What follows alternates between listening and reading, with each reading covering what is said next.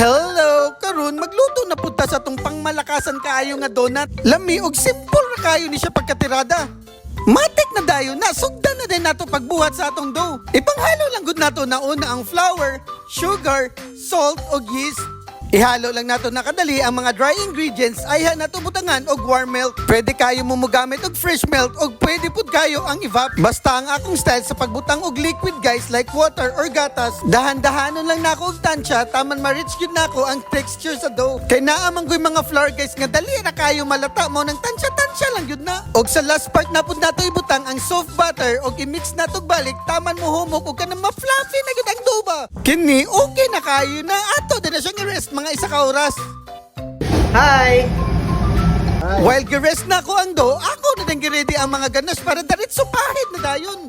After 1 hour of resting sa atong dough, adak ko na kayo na, burot na kayo na uy. Dapat inani ka humok ug gwapa kay pagkabuhat sa atong dough. Kamo na din bahala guys unsaon na ninyo pag-portion sa inyong dough. Kay kung pang negosyo ang inyong tirada, pwede kayo na ninyo timbangon isa-isa. Kay katong akong mga baligya na mga donut guys, nasa 35 to 40 grams ang isa ka timbang ato mo nang dako kaayo. Basta tarungon lang gud na ninyo paghulma sa inyong donut guys. Ug kung wala mo'y mga molder ug kanang mga pangbangag, gamita lang gud na ninyong mga suwang kay hait kaayo na.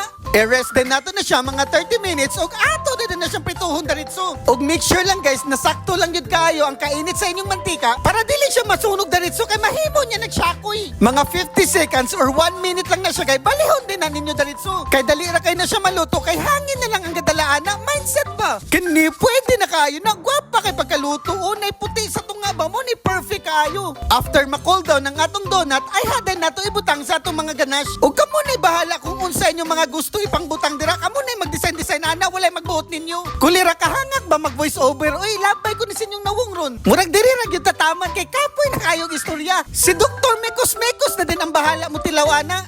Kao na dung. Every day practice, huh? Yes, doc. Aha.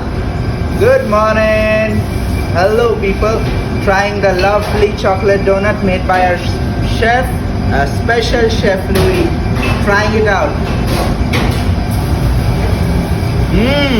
Yummy. Super exceptional, chef. It's very tasty, very delicious. Good one.